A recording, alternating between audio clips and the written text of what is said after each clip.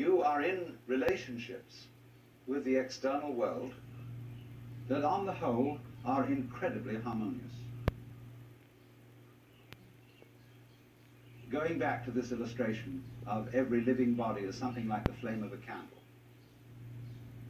the energies of life in the form of temperature, light, air, and food, and so on, are streaming through you all at this moment in the most magnificently harmonious way. And you're, all of you, far more beautiful than any candle flame. Just sitting in these chairs, just going, you know. Only we're so used to it. We say about that, so what? Show me something interesting.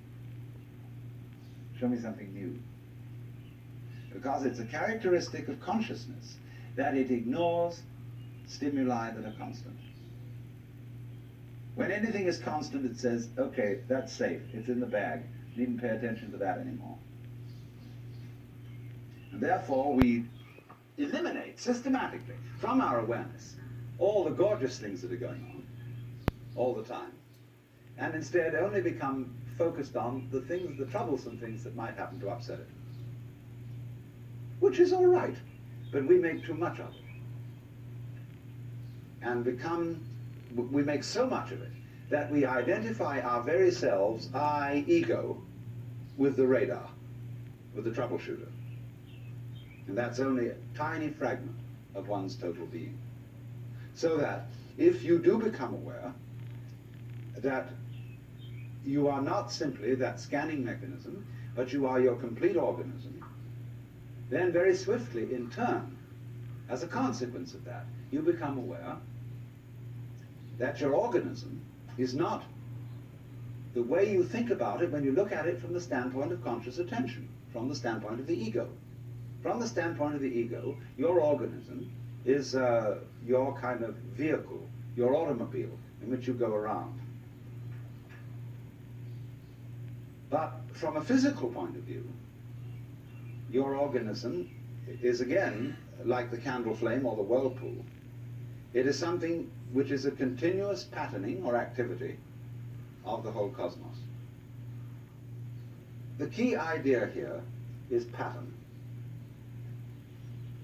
Let's suppose I'm going to borrow a metaphor from Buckminster Fuller.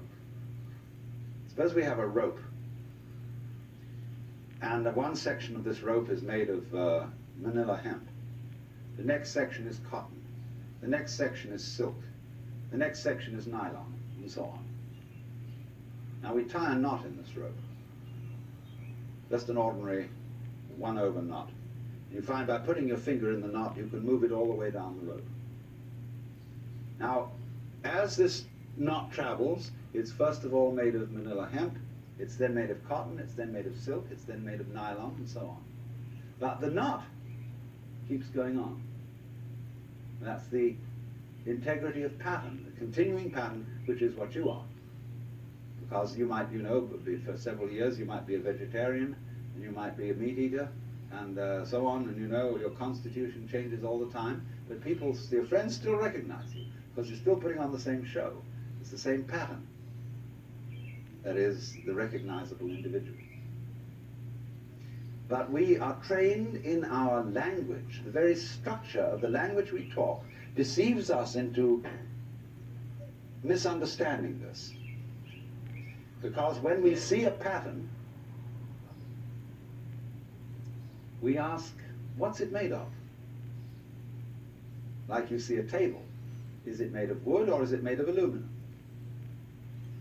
But then when you inquire into what is wood, and how does wood differ from aluminum, the only thing a scientist can tell you is the different patterns, that is to say, the different molecular structure of the two things.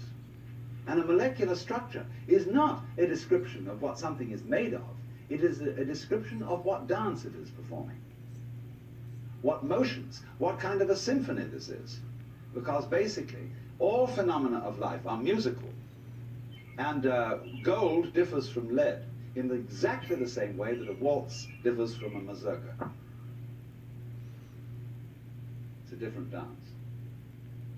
And there isn't anything that's dancing. That is a deception we get into because we have two